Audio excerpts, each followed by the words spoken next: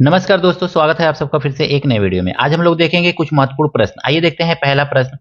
रुपया 880 अंकित मूल्य के पेन को 68 रुपया में बेचा गया, छूट की दर कितनी है? देखिए एमपी दिया हुआ है ना, यहाँ पे अगर मैं समझ के क्वेश्चन को करें हम लोग, तो एमपी दिया हुआ है कितना, 80 रुपया, और कितने में बेच दिया गया, तो एसपी दिया गया है 68 रुपया। यहाँ पे देखेंगे ना तो डिस्काउंट कितना हो गया, तो डिस्काउंट का मतलब हो गया कि कितना कम में बेचा गया है लिखित मूल्य से। तो 10 में से 8 गया 2, 7 में से 6 गया 1, 12। अब हम डिस्काउंट परसेंट निकालेंगे, तो डिस्काउंट परसेंट बराबर होता है डिस्काउंट बटा एमपी मल्टीप्लाई 100। ये होता है आपका फार्मूला डिस्काउंट परसेंटेज निकालने का। तो डिस्काउंट आपने यहाँ पे निकाल लिया, और डिस्काउंट परसेंट इस फार्मूला से आप आसानी से निकाल लेंगे। तो डिस्काउंट परसेंटेज हमारा कितना मिल जाएगा, डिस्काउंट कितने का है, 12 रुपये का है। कितना दाम था, 80 रुपया, और मल्टीप्लाई 100। एक जीरो से एक जीरो कट जाएगा, 4 दूनी 8, 4 तिहाई 12, और 2 पच्चे 10, और 5 तिहाई 15। यानी कितने परसेंट का डिस्काउंट हमको मिला है, 15% का। ऑप्शन नंबर ए इसका सही है। अगला प्रश्न है, प्रथम 100 प्राकृत संख्या का योग है। प्राकृत संख्या का योग पूछे ना, प्राकृत प्राकृत संख्या का योग, संख्या का योग ऐसे पूछे ना आपसे, तो प्राकृत संख्या का योग बराबर होता है ना n प्लस 1 बाई 2। इस फार्मूला का हम लोग उपयोग करेंगे, और इसका प्रयोग करके हम क्या करेंगे, किसी भी प्राकृत संख्या का कहीं से कहीं तक दिया रहे आसानी से योग निकाल लेंगे।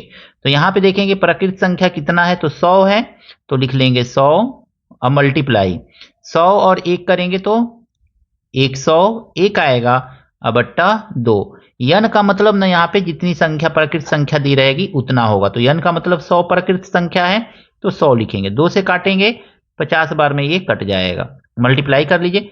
50 से कन्ने 50, जीरो है तो 50 लिख लीजिए यहाँ पे, फिर 50 से कन्ने 50, ऐसे आ जाएगा। यानी 50-50 होगा, 100 प्राकृत संख्या का योग 50-50 होगा। ऑप्शन नंबर डी इसका सही है। अगला प्रश्न है, एक कोण अपने अनुपूरक का मतलब होता है दो कोणों का योग 90 डिग्री हो। अगर मैं मान लीजिए माना पहला कोण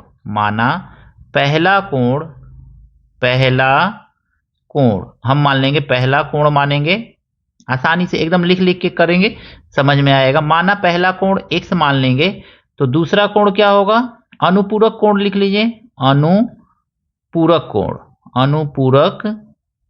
कोण यानी x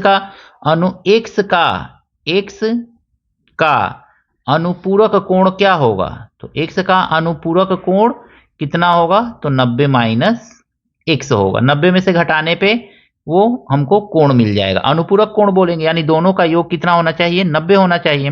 अब प्रश्न में कहा गया है ना, एक कोण अपने अनुपूरक कोण का, इस अनुपूरक कोण का 2/3 है।